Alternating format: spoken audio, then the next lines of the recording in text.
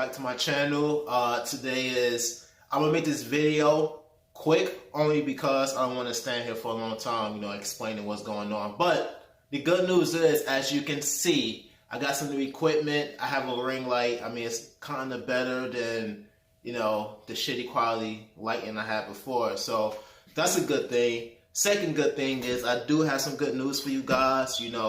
Last time we spoke, I was just talking about a situation about, investing, real estate, and my journey in buying my first property. So I'm going to get into this video and I'm going to show you guys so far what happened within a week. So first things first, just to, do a recap. So at this moment, I'm looking for my first property, which I'm going to not flip it, but I'm going to use this property as a rental.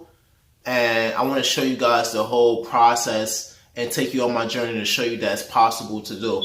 Now, the reason why I'm doing this YouTube channel is because most people don't really, show you guys how to do it step by step. And they're not in a process doing it step by step.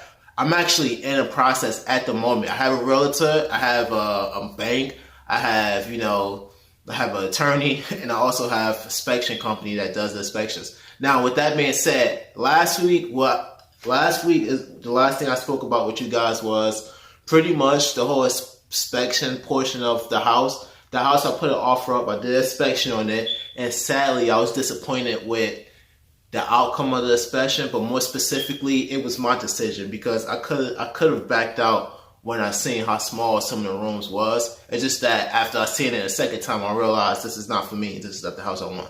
But I have, footage of that, and I'm gonna show you now.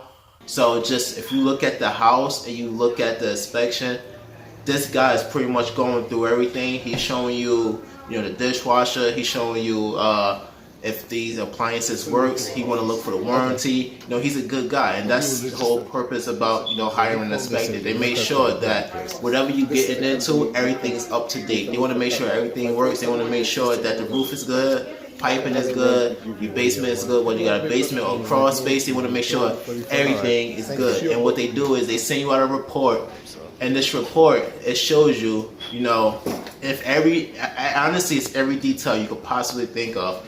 Every detail is in this whole report thing, and it shows you the history of the property, it shows you the area, it shows you any leaks that happened recently, it shows you any not scrap yards, but environmental yards that they have in the area. It shows you everything, and it's perfect because this is to protect you, and this is what the bank wants to protect, their money. So that's how that portion of it works. But I took footage of this guy, he was digging, he was going inside the crawl space, looking over everything, making sure the foundation is good, making sure, all the bricks is perfect. He was checking the oil, the radiator, making sure that's good. Well, it's not really a radiator. It's the boiler, not the radiator. But checking the boiler, the outside oil tank, making sure everything is good, up to date. And that's pretty much step 2. Well, it's a couple of steps before you reach step 2, but the main step is the inspection after everything goes. So if I was to make a list right now, it would be step 1, then it would be many steps, and then it would be step 2, and it would be many steps. So with step 2, that means the inspector come inside the house, check over everything. You pay the inspector, you get a report. That report goes to the attorney. The attorney then use that report or the contract. That goes back to the seller, and this is where the contracts come out. Usually it takes 7 business days the most. I can't see it taking longer. And sometimes, if you got a motivated seller who want to get out the house, closing process is much faster, but that also depends on the bank because you as a buyer need to have a good standing. Your credentials need to be perfect. I'm talking about you need an attorney, information about the attorney, contact you need, you got to make sure your bank has already approved you for the loan you want. You need to make sure that your credit is still standing, which they don't usually pull your credit twice. They usually pull it once for the pre-approval, but if they have to, they will. So you want to make sure your credit is still good. You want to make sure you don't have any weird, transactions going on. So everything, for a quick and faster closing all depends on you and the seller. But mostly everything you need to do is just to stay strong. Your credentials need to be strong. And that's one important thing I kind of am right now. Like, I'm strong. I have a good attorney. I have a good attorney. That's number one. I do have a good realtor, and I'm using Freedom Mortgage, which is good. So, my back end is good, which means that if I go to put an offer up on any house and it's 6 other offers, mine might get the offer because I'm standing pretty strong. I got the money, I got the funds, and sometimes, obviously, if somebody offer better than mine, they might go with that. But usually, sellers want to make sure that whoever they selling the house to, have a strong background. They want to make sure that they able to afford it, because it's times, and this is recent, and I'm just, like I said, I'm just stepping into the real estate game.